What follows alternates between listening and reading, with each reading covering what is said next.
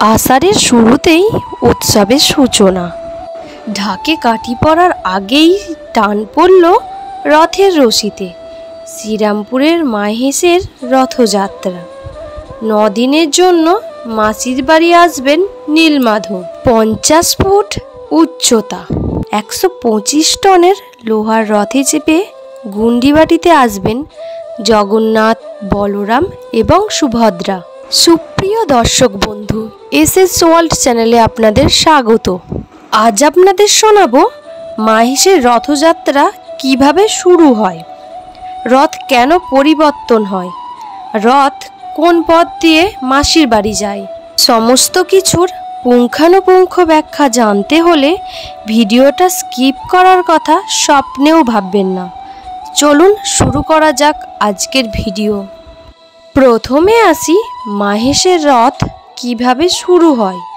মাহেশের জগন্নাথ মন্দির ও রথযাত্রা উৎসবের পিছনে একটি কিংবদন্তি রয়েছে। সেটি হলো 14দশ শতকে ধ্রুবানন্দ ব্রহ্মচারী নামে এক বাঙালি সাধু পুরীতে তীর্থ করতে গিয়েছিলেন। তার ইচ্ছা হয়েছিল যে তিনি জগন্নাথ দেবকে নিজের হাতে ভোগ রেঁধে খাওয়াবেন, কিন্তু পুরীর মন্দিরের পাণ্ডবরা বাধা দেওয়ায় তা তিনি করতে পারলেন না। তখন দুঃখিত হয়ে তিনি আমরণ অনশনে বসলেন। 3 দিন পরে জগন্নাথ দেব তাকে দেখা দিয়ে বললেন, ধ্রুবানন্দ, বঙ্গদেশে ফিরে যাও। সেখানে ভাগীরথী নদীর তীরে মাহেশ নামে এক গ্রাম আছে, সেখানে যাও। আমি সেখানে একটি দারুবৃক্ষ পাঠিয়ে দেব। সেই কাঠে বলরাম, সুভদ্রা আর আমার মূর্তি গড়ে পূজা করো। আমি তোমার হাতে ভোগ খাওয়ার জন্য উদগ্রীব। এই স্বপ্ন দেখে ধ্রুবানন্দ মাহেশে এসে সাধনা শুরু করলেন। তারপর এক বর্ষার দিনে মাহেশ ঘাটে একটি নিমকাঠ ভেসে এলো। তিনি জল থেকে সেই কাঠ তুলে 3 দেবতার মূর্তি বানিয়ে মন্দির প্রতিষ্ঠা করলেন। পরবর্তীতে শ্রী চৈতন্যদেব যার নামকরণ করেছিলেন নবনীলাচল।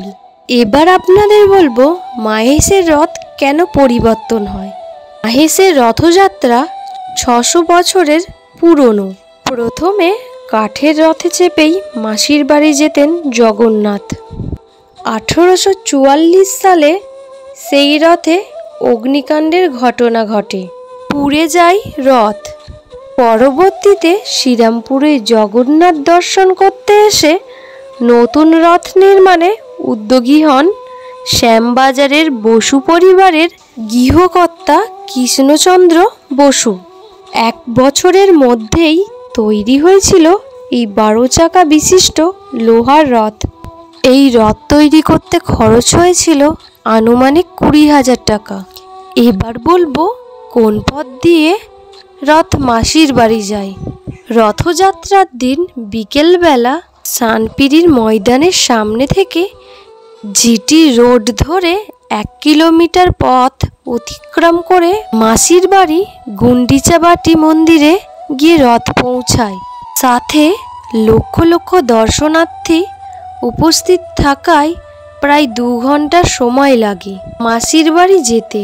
আবার 8 দিন পর উল্টো রথের দিন ওই পথেই রথ ফিরে আসে। আজকের পর্ব এখানেই শেষ। ভিডিওটি ভালো লাগলে অবশ্যই সাবস্ক্রাইব করে পাশে থাকবেন।